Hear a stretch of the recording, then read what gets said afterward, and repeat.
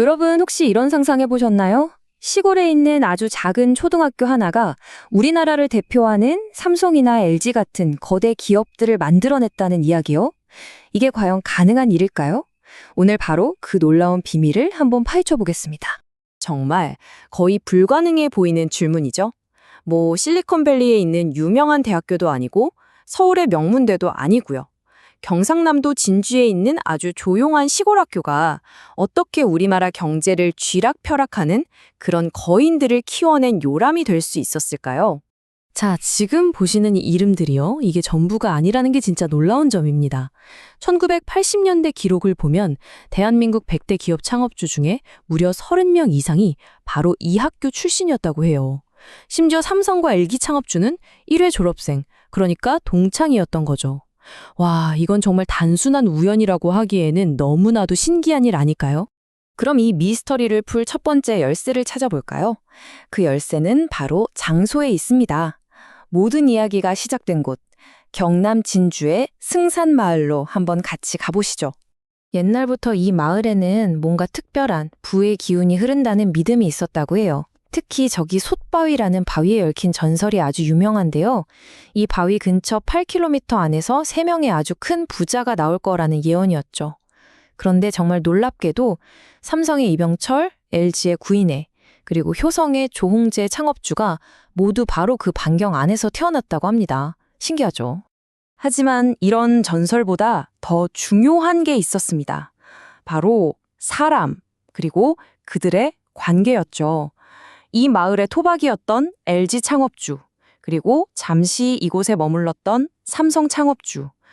이 두 동창생의 만남은요, 그냥 단순한 우정을 넘어서 훗날 대한민국 경제 판도를 바꾸는 거대한 이야기의 시작점이 됩니다. LG 창업주가 남긴 헤어지더라도 적을 만들지 마라. 이 말 정말 유명하죠? 근데 이게 그냥 하는 말이 아니었어요. 이 마을의 정신 그 자체였던 겁니다.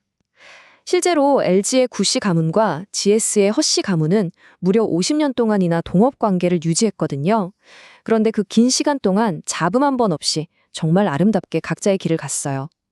이들의 파트너십은 지금까지도 우리 기업 역사상 가장 이상적인 동행으로 손꼽히고 있습니다. 자, 그럼 진짜 비밀은 대체 뭐였을까요? 어떤 신비한 퉁수질이나 대단한 인맥 같은 게 아니었습니다.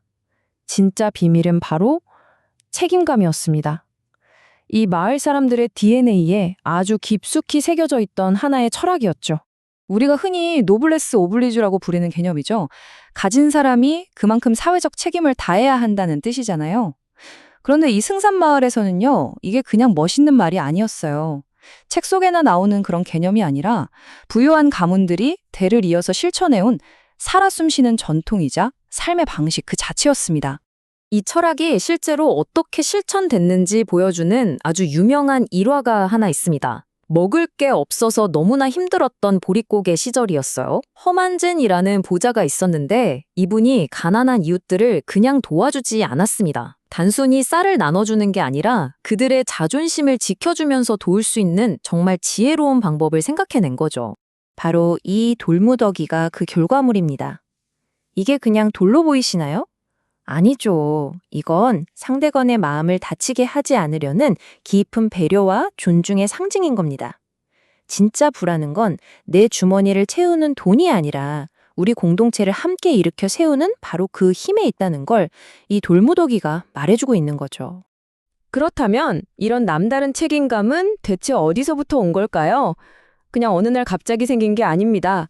무려 수백 년을 거슬러 올라가는 아주 깊은 철학적인 뿌리가 있었어요. 그 중심에는 바로 조선시대의 위대한 학자, 남명 조식 선생의 경의 사상이 있었습니다. 이게 뭐냐면 경, 즉 내면의 마음을 항상 바르게 닫고 의, 그걸 세상 속에서 올바르게 행동으로 실천해야 한다는 가르침이에요. 훗날 이 위대한 기업가들의 경영 철학은 바로 이 가르침에 아주 깊숙이 뿌리를 내리게 된 겁니다. 그래서 이 남명의 가르침이 3가지 아주 중요한 기업가 정신으로 이어지는데요. 첫째, 사업으로 나라에 보답한다. 사업 보국. 둘째, 단순한 이윤보다는 사람을 먼저 생각한다. 인본주의. 그리고 마지막으로 말로만 하는 게 아니라 행동으로 보여준다. 실천주의. 이 세 가지가 바로 오늘날 우리가 이야기하는 K기업가 정신의 원형이라고 할 수 있겠습니다.